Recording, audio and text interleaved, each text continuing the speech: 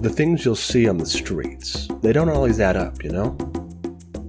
Sometimes you're downtown, middle of the day, you raise your head and catch a strange reflection on the skyscraper. Something like a crooked, dreary castle towers jutting out into the overcast sky above. Another day, you take out the trash at night and you see her across the street looking at you. A kid dressed in bright colors with the head of an elephant. Or you're alone at the office, it's late, and you hear a voice, a familiar voice, calling to you. Someone you knew, and they've been dead for years. It's not Halloween. You're not on drugs. What are you going to do? Tell you what. You're going to keep doing the same things you've always been doing. You keep walking. You dump the trash and come back inside, watch some TV. You keep working. It's in your head, right? You can't really be seeing this. There must be some logical explanation. But a tiny part of you is questioning. It's whispering, what's going on? Where am I? What is this? It feels like you're about to wake up from a dream, but this feeling stretches over weeks, months, and years. You get used to it. You get used to it so much that you hardly ever remember this feeling's there. You go back to your life. You work, sleep, eat. You do whatever it is you do. See, you can't afford to really ask yourself what was that thing you saw. You can't, because deep down inside you know the truth. You know that if you go looking for answers, if you doubt the way things are, you'll have no escape but to also doubt who you are. You'll have to ask the toughest question of all. Who am I? Hello, and welcome to the Friends at the Table. No. Oh, no. Oh, no. Oh. Sorry. Oh, God. Good start. Hello and welcome to the Fallen Leader Patreon, where we play other games. Surprise! We're actually part of Friends at the Table. Surprise! We're part of. Don't sue us. Austin Walker, please join us for an episode. We're the friends of Friends at the Table. Exactly. I know friends of them personally. Hello, my name is Zachary Fredrickson. You can find me on Twitter at OfficeGettingGod. And you can support the show at patreon.com/FTLcast, where you must be to hear this. So, I'm just freewheeling it. I don't have an intro doc because I forgot. So I'm just chatting. Joining me today in this wonderful adventure is... What order are we going in? Yeah, do we have a doc? We could go down the Discord call. I don't have a doc. You want to put a doc somewhere? I'll open the doc, but I'm just doing it. Okay, let's go down the Discord call. So I'll start. Improv, baby. Yep. Improv. We're all panicking. We're professionals, I swear. Professional improvers. Yes, and.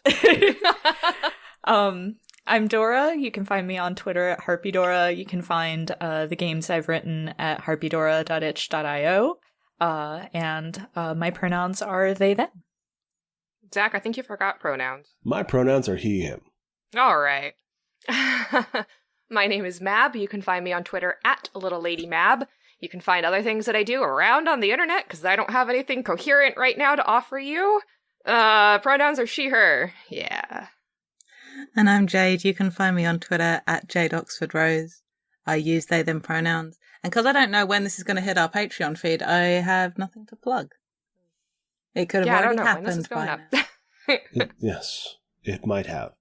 Probably earliest is March, unless we want to do it sometime in the middle of February. Oh, well, in which case, I hope you enjoyed the 24-hour charity stream that we did with the folks from the room where it happened. Yeah. We had a great time. We raised a bunch of money. I can't believe we raised a whole $1 million. Yep. You're cursing us now.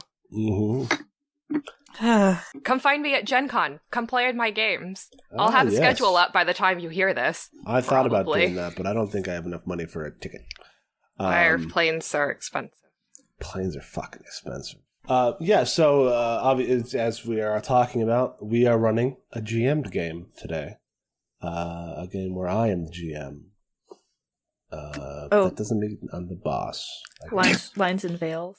Lines and veils. Yeah, that's what I'm saying. I don't have it. I don't know. I don't remember off the top of my head. So let me go back to the doc. So our lines, things that we absolutely do not want to see are homophobia and transphobia, racism, sexism. We're going to be a little squiffy on this one, because usually, violence against children and animals is part of it, but we're all playing teenagers and there may be violence, so, you know. There will probably be some sort of violence. Yeah. But whether or not it's like, you know, cool adventure violence or like horror violence is up to be seen. Yeah. But, so, you know, violence against teenagers is on the table at least. But continuing with the lines, we don't want to see sexual assault, domestic violence, or intimate partner violence and unwanted pregnancy. And our veils, which are things we're fine with addressing, but we'll just fade to black on, are steamy situations, graphic descriptions of bodily harm, and terminal illness. All right. So what are we playing today? So you've heard me say that probably over a hard-boiled intro music. So ready for the intro music. God, yes. I'll have to write some probably.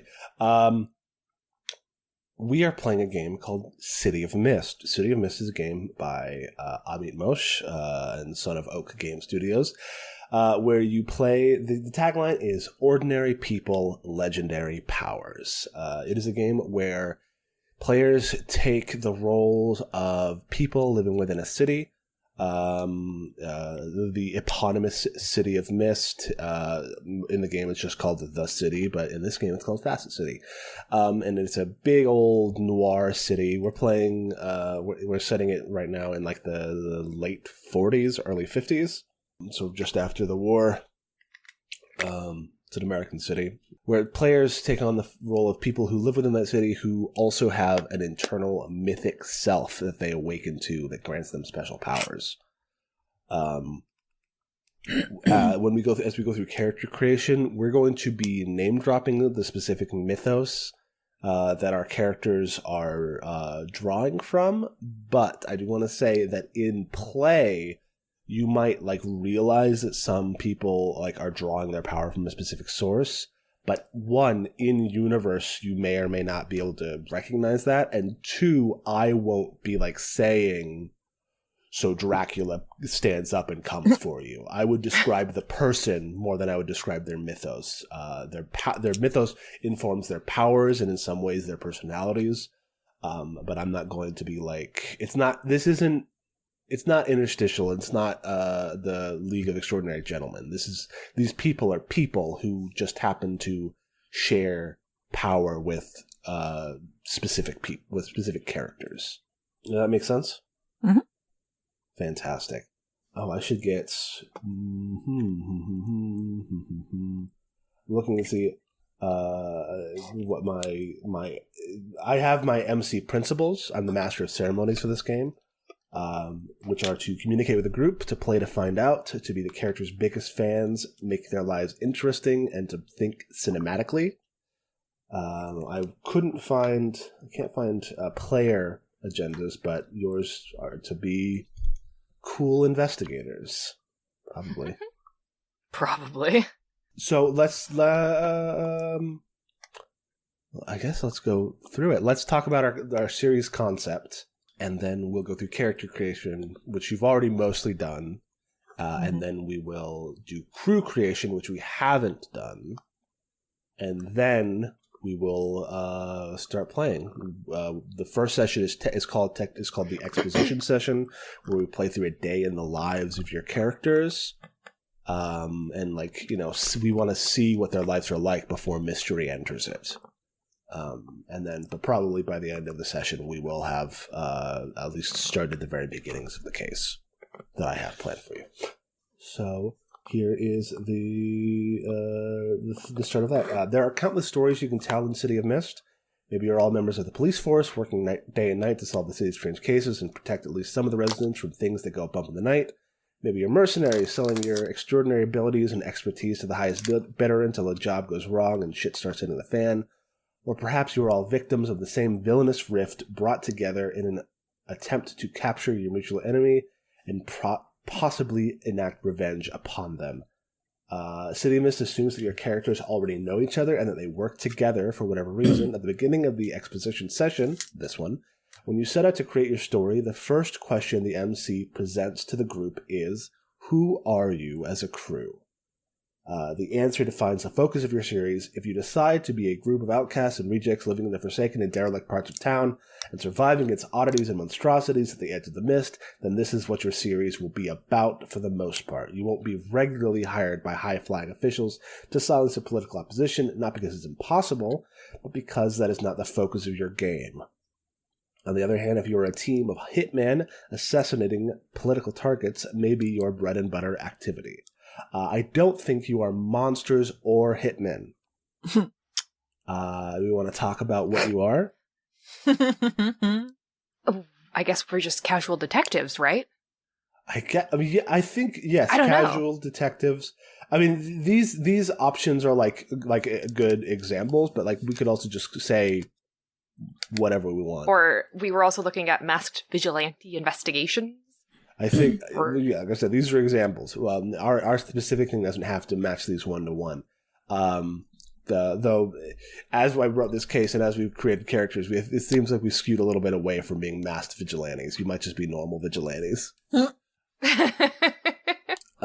So basic thing, the thing that you all are is students, right? Yes. Presumably, because that's what we've been talking about. Yeah, you are. Well, Zach, we all got together and we all decided secretly, separately. Oh, that would be the worst. Your players have unionized. I mean, you can unionize for sure. Just don't, let me know so I can, be part of the give and take. Eat the GM class. Yeah. Sorry, Zachary. Me as a GM just went, oh God, no, please don't. So you are all enrolled at the Agnes Forsyth at the Agnes the Agnes Forsyth School for Girls, an all-girls boarding school set in the middle of Facet City, the jewel of America's North Coast. America doesn't have a North Coast. Yeah, they do. It's Lake Erie. It's Cleveland. I'm also working on a Masked skin that's set in Cleveland, so like that was just in my head. Yeah, so it's a prestigious boarding school that you are all here because either you can afford it or you have other things that have allowed you to do that, to be enrolled. And that is where the bulk of the story is going to take place. The focus is going to be on the school and its students, which is what we talked about, right? Mm-hmm. Our city, Facet City. We talked. It's there's a handful of like descriptions of different things. What we're doing is what's called True Noir. It is the 1950s, so I guess a little past the True Noir of the 30s, which is what it says. Art Deco is all the rage. Police are corrupt. The city is forever in the clutches of organized crime. This is black and white. It's a black and white movie. It's not, and so we're drawing on like older, vintage stuff when we're describing the world. We're not like, our characters don't have cell phones. They don't have personal computers. They have zero electronics at all, really. People listen to the radio more than they watch TV, but they still do watch TV. And yeah, that's the basic, that's the series pitches. Students in a boarding school dealing with weird mythos stuff, which I think sounds fun. Mm-hmm. That part really easy. That's the pitch. So then we can get into talking about our characters. Every character in City of Mist is a combination of 4 themes. Those themes are the things that you want to be at the forefront of your depiction of your character and their internal struggles. Your character's themes are split between 2 types. A mythos themes, which reflect your mythic self and grant you supernatural abilities, and your logos themes, which represent your mundane side and grant you also numerous abilities, but also represent your obligations to the world around you. Who would like to begin describing their character? Are we, like, as far as these cards are not doing what I want them to do, this one won't go away. There we go. Are we just going to do, like, character card and then our mythos and then our logos cards? Because we kind of have them set up that way? Yeah, sure, yeah, totally. Okay. What are we doing to describe our character? Like, how much detail are we going into for this? As much as much or as little as you want to. You could go down. Probably at the very least, you want to say your character, your mythos, your logos. Go through your theme types and name and like the gist of them. At the very least, say your the identity and mystery. Which one's which? The top one's the identity, and the text is the mystery. Wait, no, it's concept of the smaller ones. It's just some themes have mysteries and some themes have identities. Right. Yeah, logos themes have identities. Mythos themes have mysteries. Yeah, that's what I get for writing over all of it. I was like, I don't remember what anything is. Yeah, and so yeah, at least that you don't necessarily have to go through your power tags, but you can describe what power tags you get. Okay, if you'd like. Sure. So yeah, who wants to go first? Cool, Matt. You had your character finish the longest. Well, Your I said I would do it that first. day, and I was a day off, but I did. Yeah, let's refresh my memory as I reread this all. It was like almost 2 weeks ago. So I'll be playing Arden Calloway. I believe I said she was 17. I actually don't remember. Her mythos is Sherlock Holmes, and her logos is a reporter and photographer for the school newspaper. And so going down that list, the mythos theme that I have is subversion. The title of that is Nothing More Deceptive. What truths can I uncover if I become something they trust? And basically this kind of plays into the Holmes's ability to disguise himself as he goes throughout the city. So she's got the ability to kind of like put on and take off different disguises. And then I also took a tag that gave me the irregulars, quote unquote. What that looks like in this setting, I don't know. We'll find out, but I have minions. And yeah. And then the next three are all the logos themes, but they are all heavily influenced by Holmesian mythos. My defining relationship is with a fellow student named Isabella Vickery, and she is my Irene Adler, because I was watching a lot of Elementary at the time, and I like Irene as a foil instead of Moriarty. When you can combine them, that's even better. And, I'm determined to beat her at her own game, and she is kind of a guiding point that I have for what to and not to do when it comes to getting ahead. My training is whatever remains, and this plays into the ability to identify and pick up on very small details. The description of that is, it is a capital mistake to theorize before one has data. And where are we next? The personality, I have a singular mind. I am a brain. The rest of me is a mere appendix. And I just called this one her rude personality card. Yeah, she's a rude girl. She's her and Carrie would get along swimmingly. Or they'd hate each other. Yeah, so you, both good. Yeah. Arden Calloway, you go to school here, obviously. Do, yes. Yeah. Yeah. Awesome. Who's next? I'll go. All right. So I'm playing Jacqueline, Jack Wyse. Don't call her Jacqueline. Her mythos. Is there anyone who can call her Jacqueline? Her mum does. And she doesn't like it?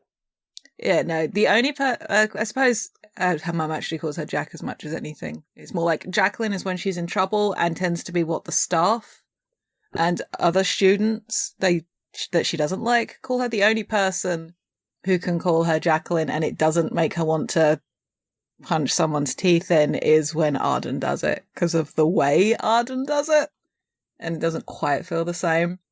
But that she really does prefer Jack and doesn't like it when, her name is Jack. She is Jack, and people that call her otherwise clearly don't know her very well. Copy that. Her mythos is Edgar Allan Poe's The Raven. Hell yeah. Her logos is student and research assistant, and research assistant is in air quotes for a reason. Who is she the research assistant of? It's somebody who will come up later as part of my routine. It's the school librarian who... Oh, interesting. Yeah, I have it on my details. I've got a name for the school librarian. Do you have one? I did come up with one. I've got Ashton Roth. If yours is better, then go with yours. Mine is Miss Wilhelmina Drake. I like that too. Basically, I've got this down as the professor in air quotes. Whether or not this librarian actually is legit and why they're working in a school could be another mystery for another day. But I purposely left it vague. Mm-hmm. Well, I guess there's multiple librarians. Wilhelmina Drake is the head librarian. Okay. I'm happy to change it, my person from... Because I've literally got it down as the professor on my other card. Mm-hmm. So Ashton can be somebody different in the school, but it could be a teacher. Mm-hmm. So there's tons of those, for sure. Okay, then I'll change this to be a teacher, whichever subject you might want. Mm-hmm. So... Maybe history? History could work, or science. Science could also work. Somebody that might have reason to do research. Mm-hmm. So, but yeah, it's not in any official capacity that Jack is the assistant to this person. Is it Ashton Roth? Roth, yeah. Like Roth? Yes. All right, I'm going to put that down as history teacher. Okay, no worries. And I did not have anything in mind for age or face claim or anything like that. So, free game. Research assistant, air quotes. Yeah. Her mythos theme is divination, and I've called it Pluto's Envoy because of the line of being from the Plutonian shore in the poem. Mm-hmm. And the way I have flavoured this, because there is very little dictated about what is the deal with the Raven in that poem, so I took that as license to do whatever the hell I wanted that felt thematically appropriate for the poem. Mm-hmm. The mystery is, why are the dead so drawn to the school? Cool. Because Jack can see and talk to the dead. Hell yeah. That she sort of occupies the space between the world of the living and what comes after. So she can sort of like see into that space, and ghosts recognize that she is aware of them. Mm-hmm. So... Power tags in that. I've also got psychometry, which I did look up, and it's one of my favourite clairvoyant shit, which is you can touch a thing and get an idea of its history. Yes, I love that. So Jack wears gloves. Oh, okay, cool. Like a pair of like leather driving gloves sort of vibe that she can easily undo at the wrist and then put her palm against stuff. Mm-hmm. So. I love it.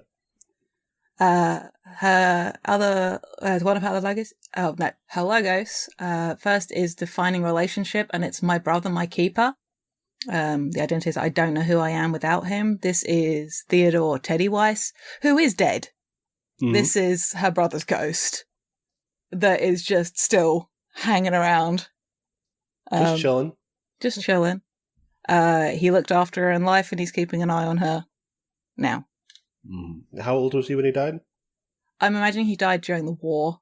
Mm-hmm. So, but he was only maybe young enough to like deploy right at the end of the war. Mm-hmm. So he's probably like 19, 20 max. Rough. And depending on how long after the war this is. Because I imagine he hasn't gotten any older. No, but it's more like how the age difference between the two of them. I didn't necessarily want to be too big. Sure. So. Cool. The routine is on the honor roll. I earned this, but I could lose it in an instant, as Zach alluded to at the top. Jack is a scholarship student here at the Forsyth School, and the only reason she had a chance to do that exam is because her mother is the school nurse here. Is one of the nurses. Yeah, like maybe she's the head nurse. I don't know, but And it's sort of, that vibe is very well known that she is the daughter of one of the school nurses, if not head nurse, and that carries with her. And it's very much like, I've got scholarship student, there's also a vibe of like a charity student kind of a vibe with her. So yeah, that baggage is part of things. And last logos is personality, which is the weird one. I'm not one of them, and I don't want to be. She's an outsider, and that's how she likes it. Nice. The crew aside. The crew aside, for sure. So, and that's Jack. Awesome. Very cool. Looking forward to answering the crew questions. But before we can do that, we have to learn the identity of our final crew member. Yes, so I'll be playing Beatrix Pool. Her mythos is Dr. Jekyll and Mr. Hyde, and her logos is student council. She's a member of the student council. So her expression for her mythos, I'm calling a strange case. The mystery for that is, how can I control these unnatural urges? Because when things get really heated, repressed anger tends to manifest in explosive ways. For her logos, logos themes, I chose defining event for one of them. I feel bad because like I don't have nice titles for mine. I'm really bad at coming. I spent an entire evening reading Sherlock Holmes quotes, so don't worry about it. All of mine are like Holmes quotes, and I'm like, I spent too much time on this. Yeah. For the defining event, the title of that is Out of the Blue. The identity is I won't lose control because she witnessed her uncle just seemingly randomly snap and attack her mother. And playing into that is her defining relationship, which is titled Mother Knows Best. I would do anything for my mother, anything. They have a really close relationship after the attack. Beatrix spent a lot of time looking out for her mother and looking after her mother. And then her personality trait is a paragon of propriety. I can't be anything less than my best self. How the hell did Jack end up hanging out with these? That's the question I find myself That's what I'm asking. really curious about. This is where the crew relationship questions, like, because I love that each theme has them, so you get to really get a vibe of how people know each other. Yes, absolutely. So we're going to be choosing crew power tags, choosing weakness tags, and crew mystery or identity, which is very fun. Awesome. So that is Beatrix. So your mother. So you said your mother is sick. Do you know where she is right now? Yes. I don't think that she actually lives far from the school. I think it's the sort of thing where Beatrix can see her like every other weekend or something like that, depending on the policies of the school about leaving campus. For sure. Is she like in her? Does she have like in-home care, or is she like at like a hospital? In-home care. Okay. She's being well taken care of. Basically, the brother who attacked her is kind of rich and is basically paying a large stipend to kind of like keep things hush hush. Asshole. Yep. That guy would come up if this was a long-term series. That guy would come back up. And it would be cathartic. Okay, cool. So those are our 3 investigators, our 3 crew members. So now we got to work through our crew theme book, which is cool. This game has the crew itself has their own like mini playbook that has its own power tags that can be drawn on. Interesting thing about this game is that you don't have stats in the traditional sense. You don't have like tough, sharp, cool. You have power tags from your theme books. And those tags, whenever you're trying to do something, you flag a number of the tags that are relevant to the action you're trying to accomplish, and you roll with a bonus equal to the number of tags you are invoking, which is very cool and gives you a lot of flexibility in how you want to approach things. And so the crew, as a shared thing, will have those as well. So let's talk about your crew theme book. The first thing we talk about is concept. You review the concept of your crew as a reflection of the series concept you all agreed upon at the beginning of the exposition session. You flesh it out together by thinking about the following questions like, 1, what is our shared goal? Why are you together? I mean, I want everything to make sense. And I would like to just not necessarily categorize it all, but I think especially for Arden, it's going to school and being a student is exceedingly dull. So why not make it exciting by making sense of things that people don't understand? Okay. For Jack, after she started being able to talk to the dead and finding out there's some weird shit going on in places, or that they see things, or that maybe people don't know why they're here, started asking questions or like doing research. And I really like the thought that maybe ran into Arden, or maybe that's sort of where that sort of thing started, because it's like a lead or poking into somewhere. One of the things for routine is that I've got for Jack is that I know where that is because they spend like holidays on the campus too, so they know every inch of the school. They know every inch of the school. Like I don't know if she's got like a set of keys, but she knows how to get past stuff, or like, oh, that lock is never locked and stuff like that. So she knows where the keys are.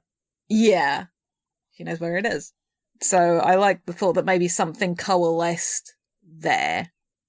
Cool. Or like Arden saying, I don't know, that she needed something or needed to be somewhere, and Jack just absentmindedly said, oh yeah, well that's there.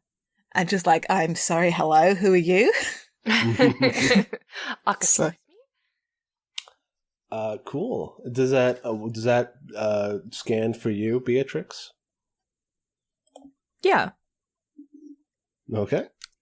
So for that answer, I wrote down make sense of the nonsensical. Ooh, dig it. Ooh, very good. That's something that's like cool. Cool. So who or what brought us together? Sounds like so we know that Arden and Jack met like while Arden was looking for something and Jack knew where it was, but how did Beatrix get into this? I don't know. Part of me wants to it's like they're 17-year-olds, so I don't know if like they would necessarily have hall monitors, but there's prefix for sure. Yeah, there's a couple prefix in particular who are troublesome. Ooh. Yeah, I almost wonder if Beatrix wasn't kind of like occupying that kind of position and maybe caught Jack or Arden sneaking around and got kind of roped in that way. Okay. I do like that. You're the girl on the inside. You're a dirty hall monitor. Yeah. You're crooked. You've been flipped. Yep. Very good. Bribe you with baked goods. Arden flipped Beatrix from being a straight and narrow prefect. Yeah, I think it's one of those things where it's like, once Arden kind of like explained some of the weird stuff going on, like Beatrix would be like, oh yeah, maybe we should get a handle on this before it gets out of hand or somebody gets hurt, kind of thing. And that's how she justifies being a crooked hall monitor to herself. So you still wear the badge? Yeah. Still got that prefect badge. Yeah. Mm-hmm. Oh man, I should look up prefect badges. It's like a little metal pin on the blazer. Incredible. Yes. It's got an eye on it, like kind of like the all-seeing eye. Oh, bang. Oh, okay, cool. Yeah, we're just part of the Magnus Institute now, are we? I was more saying Illuminati, but sure. I mean, same difference. So then the second question is pretty similar. Why do we work together? What does each member contribute to the cause? Well, Jack knows the school and has a habit of just like revealing information. Mm-hmm. I haven't decided if the other two girls know that she sees the dead yet, but she definitely comes out with some random shit. I don't know how long this little crew has been in operation. So Yeah, and I think it definitely sounds like Beatrix is the one that can get us into other places that Jack can't. So the two of them are the keys to the school. Thank you, both of you. I love it. Yeah. I have friends in high places. And low places. And just everywhere. it's like Jack knows the way, but Beatrix lends legitimacy to why you're there in the first place. Yep. I love it. Okay, this is the next question. Where do we meet? Where do we collect our evidence or prepare for action? Do we share a dorm? Are we on the same floor? It's either that or we can meet at whatever place I have commandeered as the school newspaper room. I don't imagine...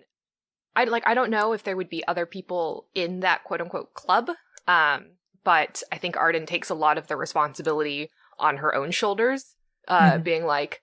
Do we want to say that the three of you is the newspaper club? Well, I don't want to tread on Beatrix being part of the student council. Mm-hmm. I mean, not that I don't know that you can't have more than one after school activity. I've got multiple characters in here that are double dipping and triple dipping in clubs. Okay, so that's definitely established.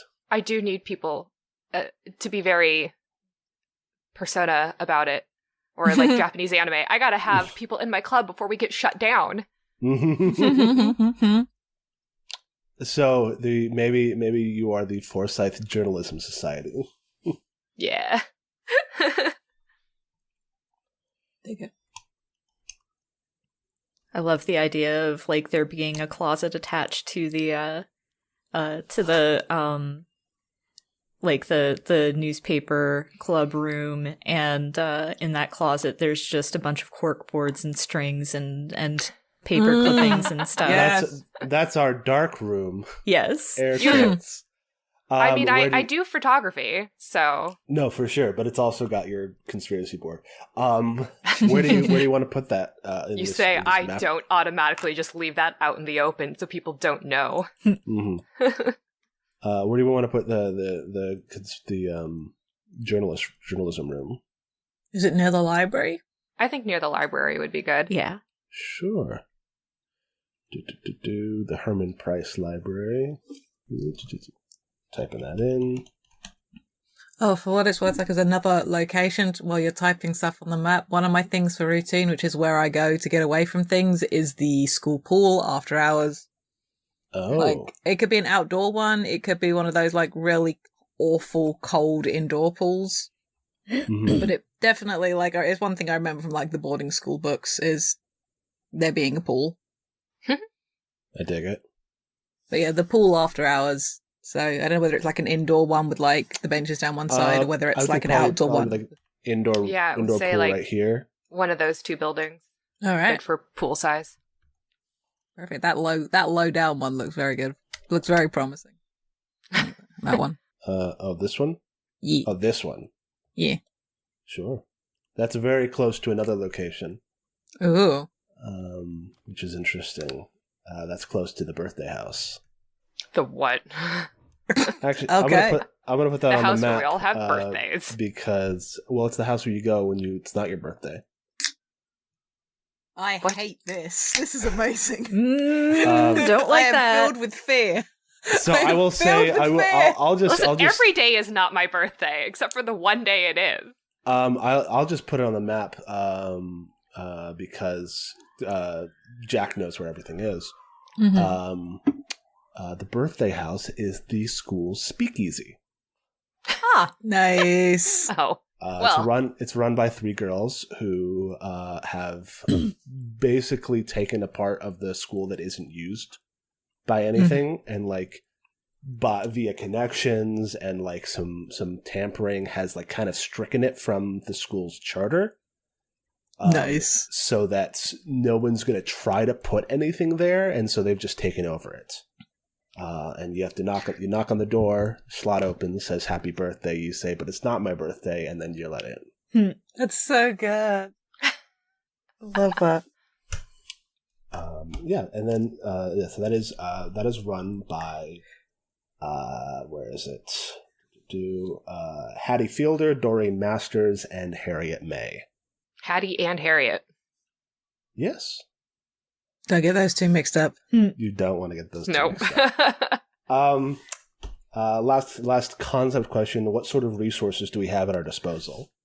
The contents of the library. It might be, if it's a private school, it might be quite a good library. Oh, it's a good library. So. There's a lot of old books in there. Ghosts. Ghosts? Sheer intellect. Just kidding. I think between the 3 of us, free reign of the school. Yeah. Yeah. Definitely. Freedom of movement. Which is a very good resource to have.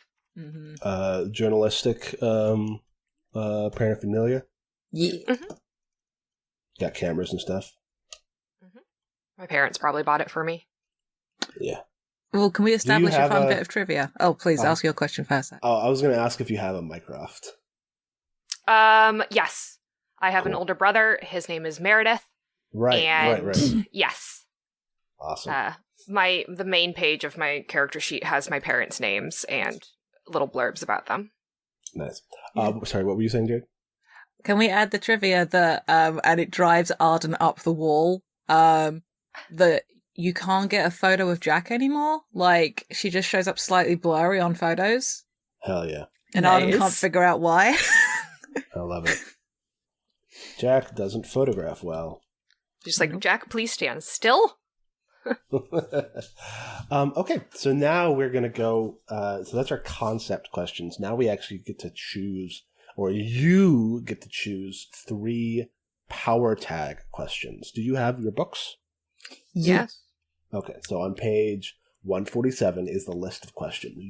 Among you get to pick 3 of them to answer, and those will form your power tags. Does everybody want to pick one? Sure. And I believe these tags you can invoke just as easily as you invoke your character's power tags. So... I feel like some of these that we already answered. Yeah. Definitely. Yeah. So like the concept questions kind of get us in the right mood. And so if you want, you can like draw on those answers that you gave to figure out how you mechanically have power. Sure. All right. Then, I mean, good one is, where do we meet, work, rest, or prepare for action in our little Forsyth Journalism Society meeting room. Cool.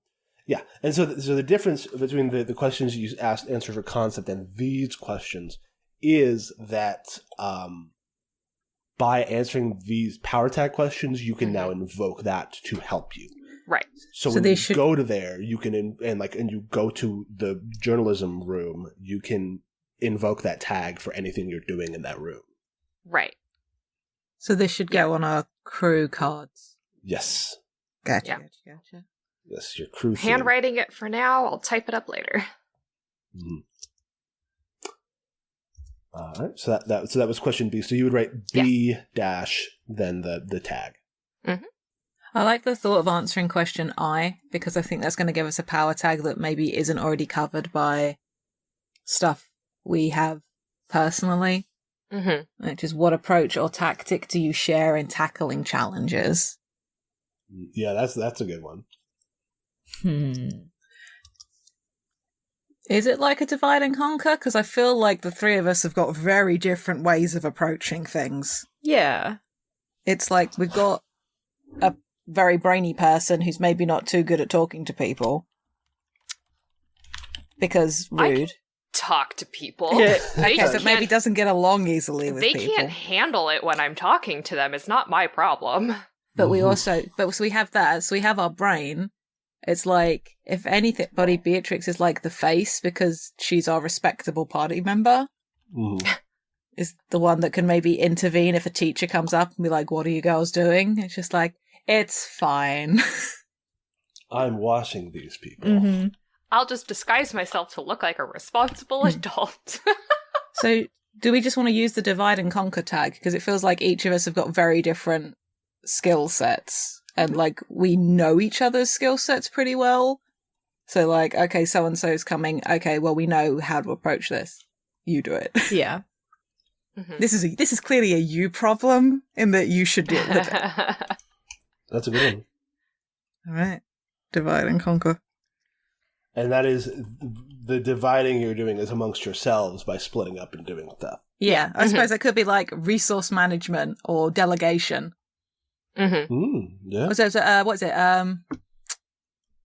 Every tool for the job kind of a vibe. Because I like that you can do these phrase power tags. Yeah, it's great. Oh, how I about love- the right tool for the right job? Yeah. The right cat for the Okay. job. I like the right cool tool for the right cats. job. Yeah. Yeah, this is one of the things I like so much about this game is that you can just name shit whatever you want it to be. Yeah, as long as it evokes it properly, like you Yeah. can do it. my shit.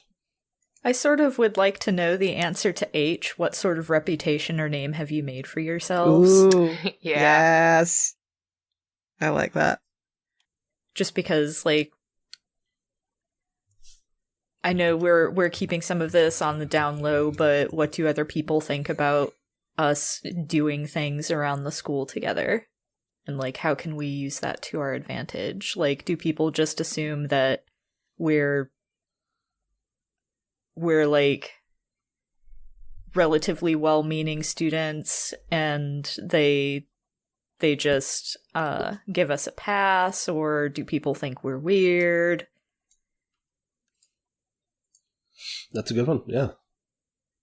So the example answers are like neighborhood support, underworld reputation, known in the other world, the corrupt fear us, government connections.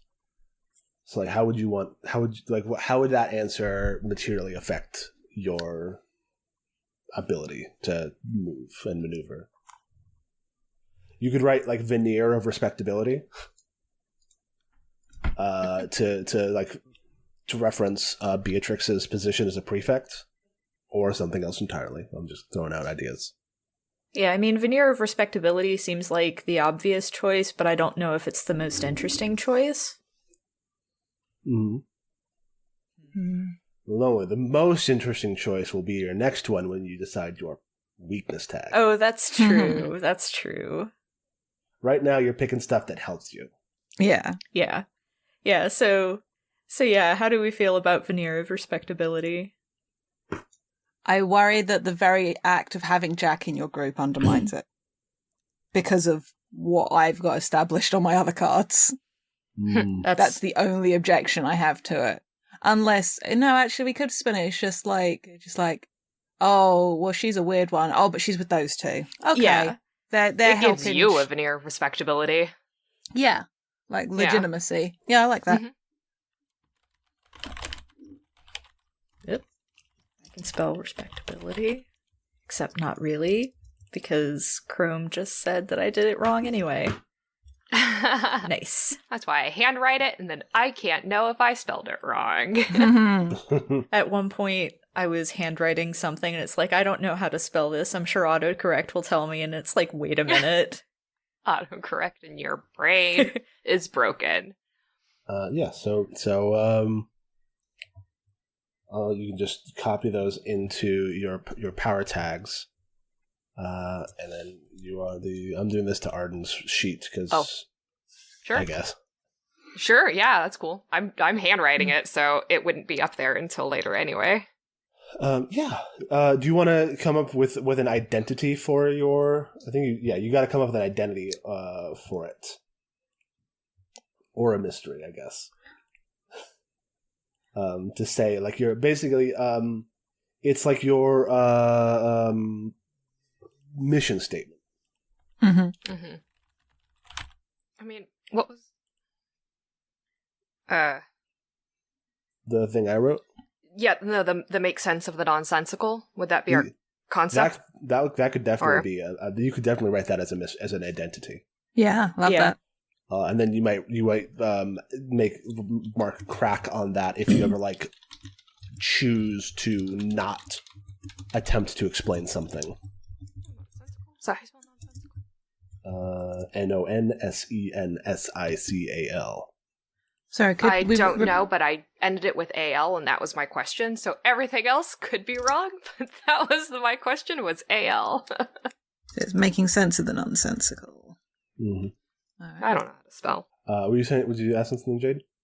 Just clarifying. Oh. It's all good. I got it. I'm good. We're good. Hell yeah. Hell yeah. And then the next thing, forgot, I almost let you get away with it, is you have to answer a weakness tag question. Mm-hmm. You choose one question to answer it with a single description, no more than a few words long. In your answer, you should describe something that will impede your crew's actions during the game. Your answer becomes a weakness tag. Write it on your theme card under the weakness tags along with a letter of that question. So those questions are, what is flawed or lacking in the way you operate together? How do you get each other into trouble? Who or what are you all afraid of? What places or situations do you find tough to handle? Those are all so good. They are really good. You pick one question and you answer it. I really like B, though. How do you get each other into trouble? Yes. All right. Like, I mean, I'm the other ones are all good too, but I really like B. Mm-hmm. I like B too. Mm-hmm. What do you think the answer is?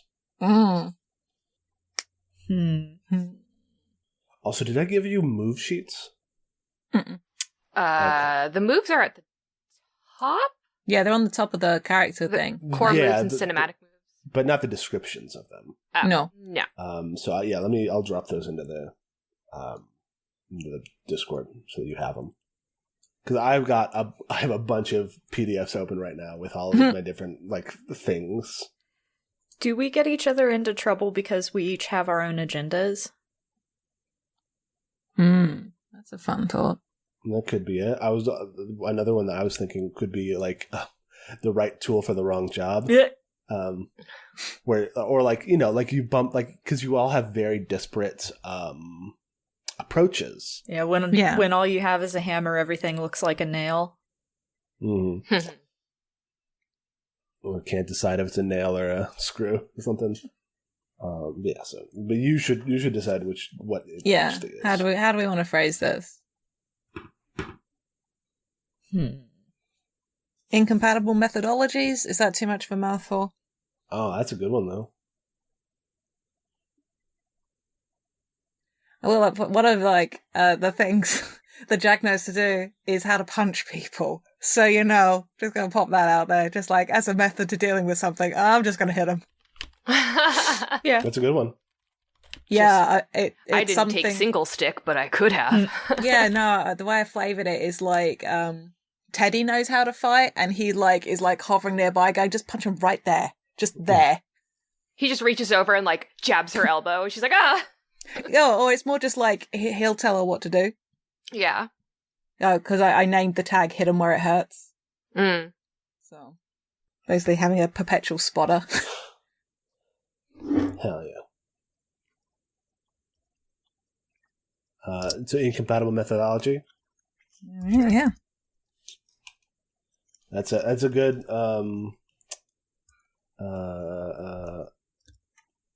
I like the phrasing. Cool. Yeah, so it can help you and it can hurt you. Mm-hmm. All right. And one thing to remember to know is that you will not be invoking your weakness tag every time that it could come up.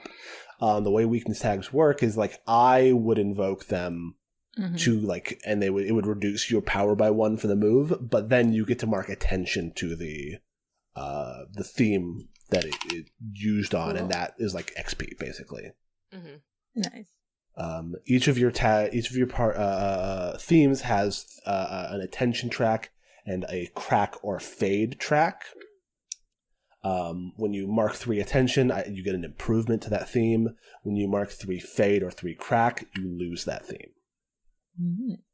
And you have to switch it out for a new one. Cool. Mm-hmm. Do we want to give our crew a title?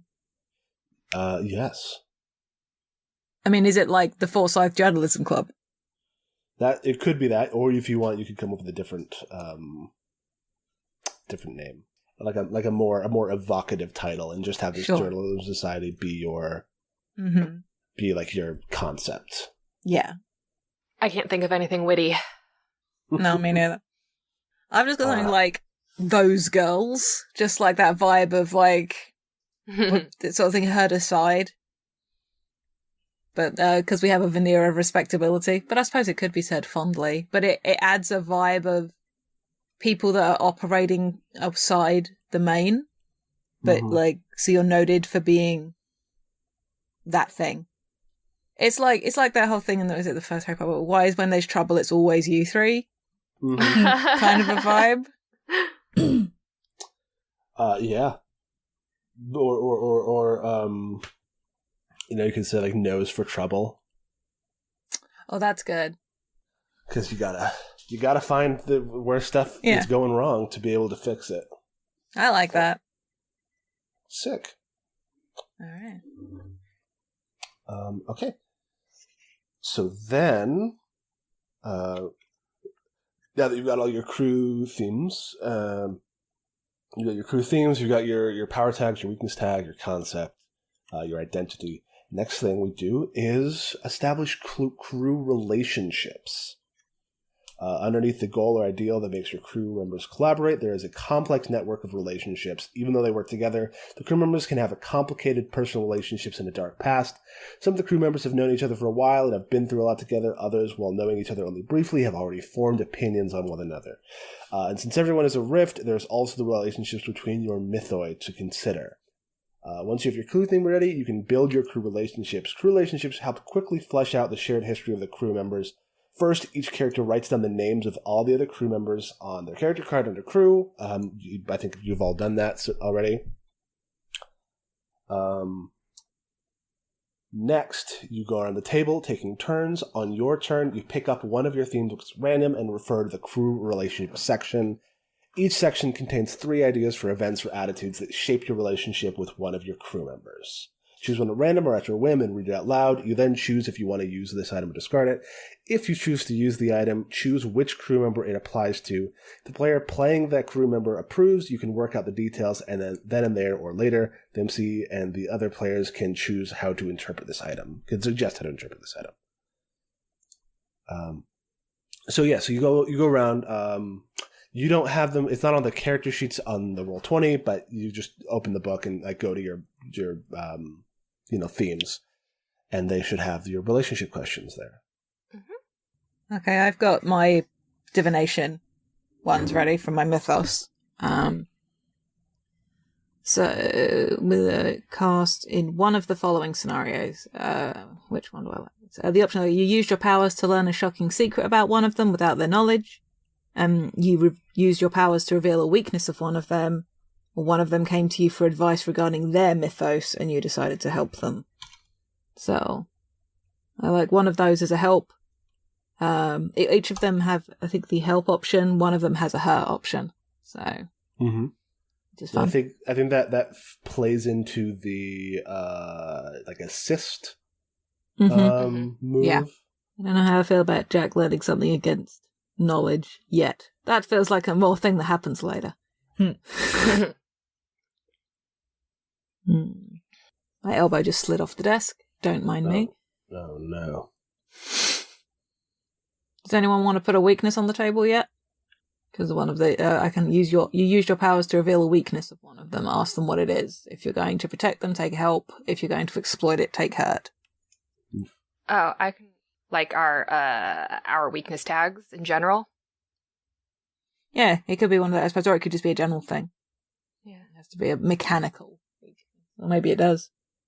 This is for divination?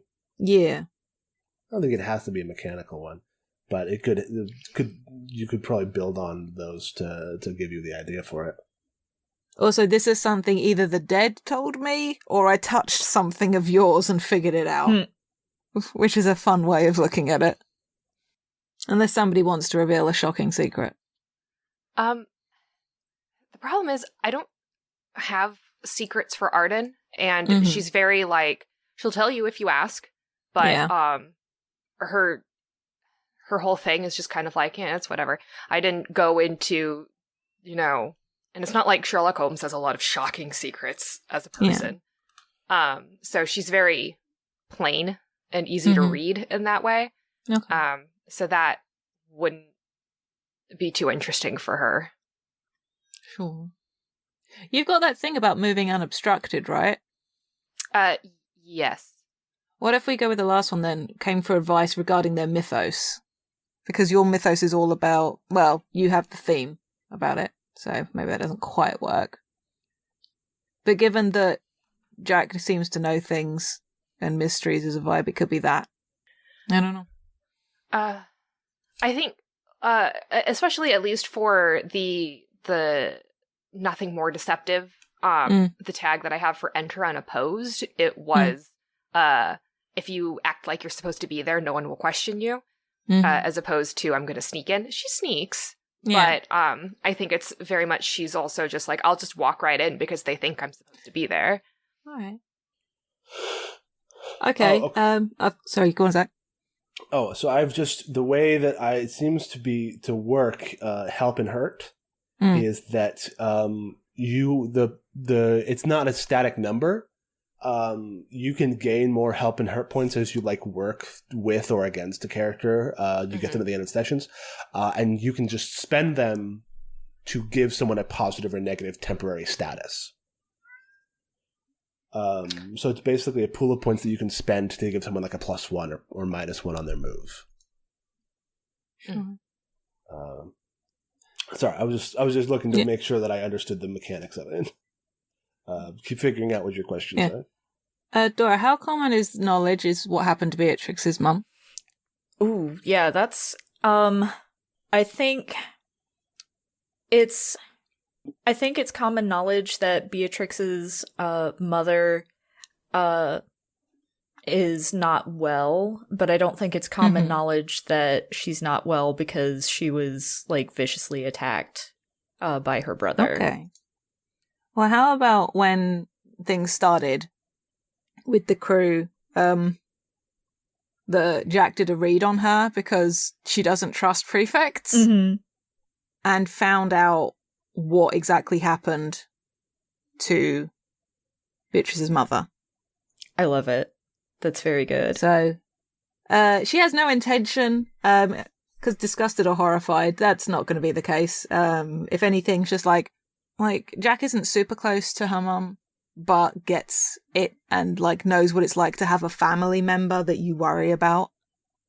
So I'm happy to go for feels closer to take a help point on Beatrix if you're happy with that. Yeah, that sounds good to me.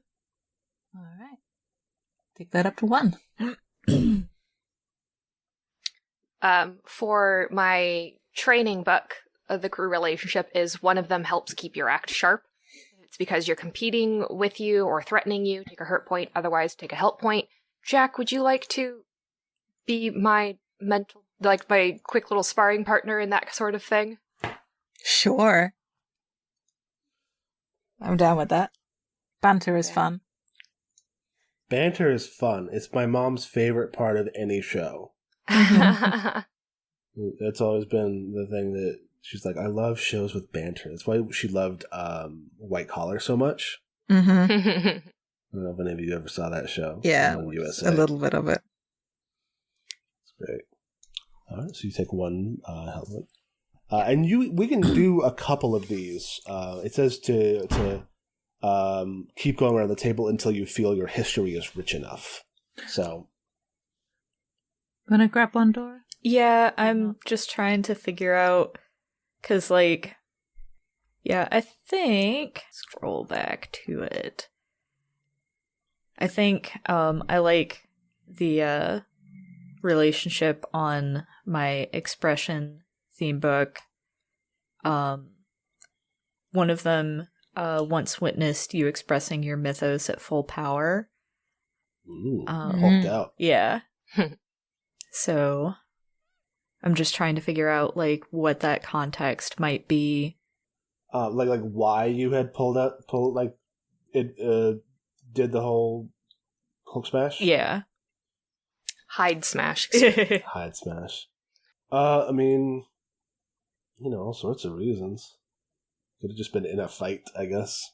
As a prefect breaking up a cat fight in the hall. Mm-hmm. Just picked two girls up and just threw them across the commons. Yes. Oh my god. One thing that's like important about this game is that like for people who aren't awoken to their rifts, like while they might witness an expression of like supernatural power, they will almost immediately clock it as something mundane. So like you could like just pick someone up and throw them across the hall, and people would just remember it as, oh man, Beatrix like wilded out and like punched some people. It's like that, and that's why it's like in the introduction it's like armor is imagined as flak jackets. Fire breath is seen as an exploded gas main, not because that's what it is, but that's what the mist makes people think it is. The mist is the strange force that seems to be constantly like editing the world in normal people's perceptions of it to appear more normal. So like you don't have to worry about like the violence enacted is still remembered as violence. Like if you breathe fire, even if people think, oh, that was an exploding gas mine, they would then say that's the person who blew up the gas mine, the gas main. If you like pulled out a sword and started like slicing people up, people would still remember you as like person who killed a bunch of people. They would just like edit it in their heads to be like, you had a knife or a gun or something. So just keep that in mind when you're thinking about like how ways that you had manifested your power. Mm-hmm. Well, I'm just gonna cut in also then, because I'm going through some of my other crew books, playbooks. Just reading the word crew. For subversion, the first one is one of them saw something that incriminated you or revealed what you truly are. What was it and under what circumstances? If you have since made them your confidant, take a help point on them. Otherwise, take a hurt point. I think it was probably definitely Arden sneaking around somewhere that she shouldn't have been, and Beatrix caught her.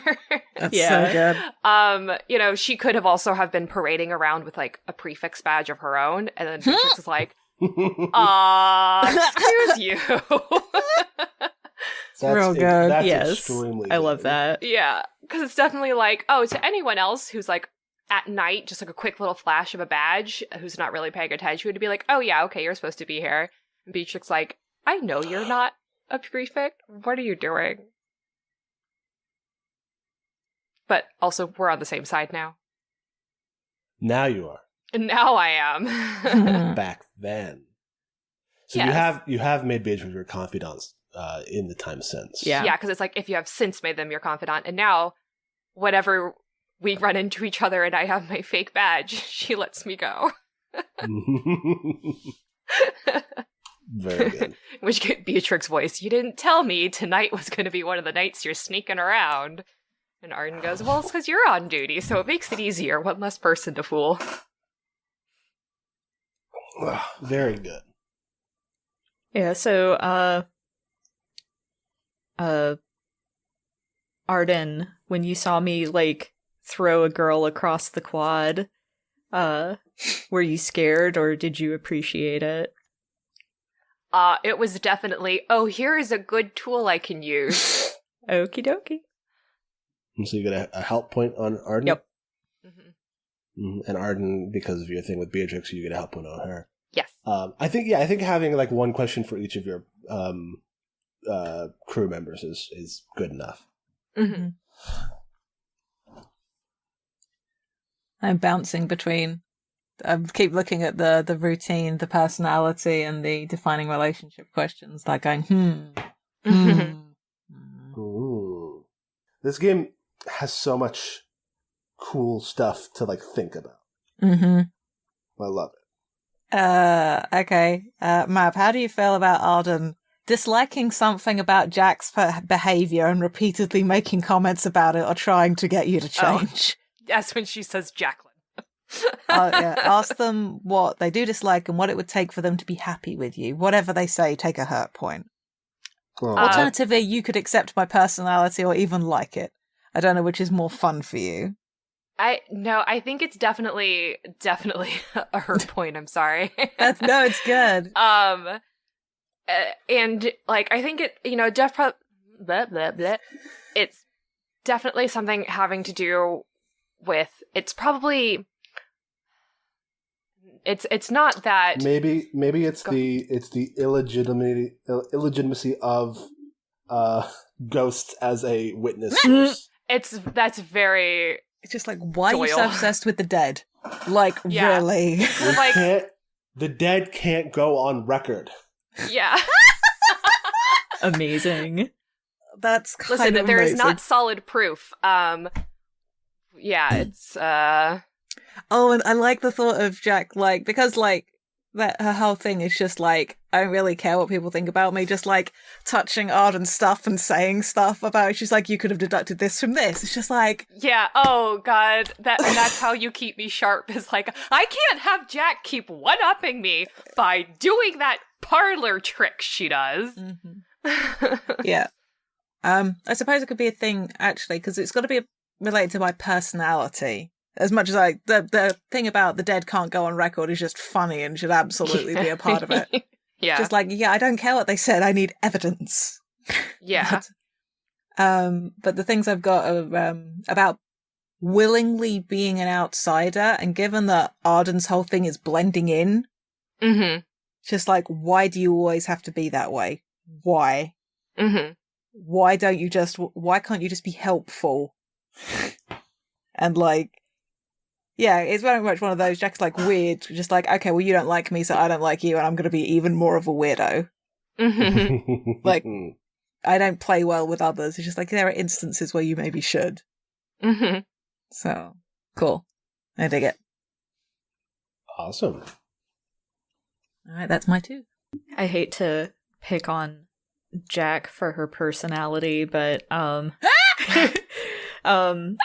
for our crew relationship, the personality of one of them seems to be the exact opposite of yours, even if they don't have a theme for it. Mm-hmm. And I'm trying to decide, because it's like, if it makes it easier for your personality to shine for you, or for you to be yourself, take a help point on them. If it comes into conflict with your personality, take a hurt point on them. So glad you chose it, because I was looking at it going, man, that would be so good for Beatrix, but I've already got a point with Beatrix, so that worked out beautifully. I mean, both good. I suppose it's how much of Beatrix is this paragon of propriety, and how much is it trying to be that? Yeah. Which is very Jekyll and Hyde. Yeah, is it a cultivated, concentrated effort to be that way? And if so, I can see how that would make it more difficult. Yeah. I think it's definitely a cultivated effort, because that's like one of the themes about Jekyll and Hyde, is that, Jekyll is trying to actively expunge like the dark urges. So it's definitely a cultivated thing. So unfortunately, I think I'll have to take a hurt point on you. No worries. No. Awesome. Is that everything? I think that's everything except for the last thing, which is a day in the life. In the final stage of the exposition session, you and your group play a short and casual session of the game to help tie everything together and complete missing details. The main purpose of the short game is to flesh out your characters, their lives, and the locations and characters that would appear in your series, as well as give the MC enough to start the series with. As you play out this day in the life of your characters, you may even get to try out some of the basic rules, such as making moves. However, teaching the rules or promoting the story should come as second to the main focus, creating story details. The MC should clarify that a day in the life is a setting building process, so no one expects any dramatic events. These will come when you start playing the game. I've already done a lot of setting building, so who knows what'll happen.